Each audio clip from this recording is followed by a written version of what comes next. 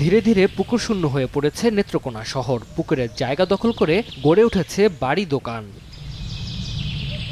১৯৯৬ সালে ক শ্রেণীতে উন্নীত হয় নেত্রকোনা পৌরসভা। সেই সময় শহরের আনাচে কানাচে ছিল অসংখ্য পুকুর, অথচ কালের বিবর্তনে পুকুরগুলো ভরাট করে গড়া হয়েছে স্থাপনা। এতে পরিবেশের ভারসাম্য নষ্ট হচ্ছে।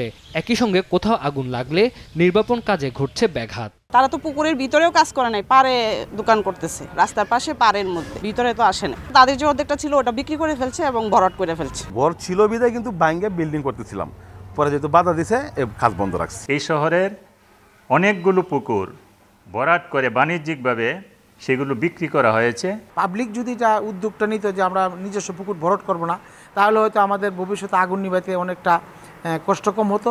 সম্প্রতি শহরের বনুয়াপাড়া এলাকায় পুকুরের ভরাট কাজ বন্ধ করে দিয়েছে প্রশাসন। পাশাপাশি পুকুর উদ্ধারে কাজ করে যাচ্ছে স্থানীয় পরিবেশ অধিদপ্তর।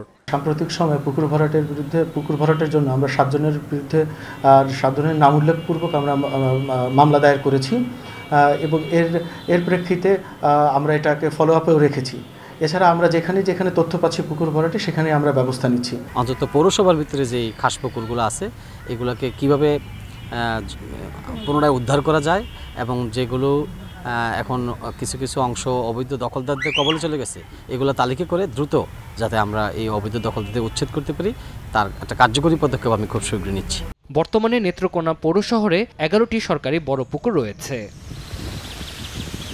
সময় সংবাদ, নেত্রকোনা।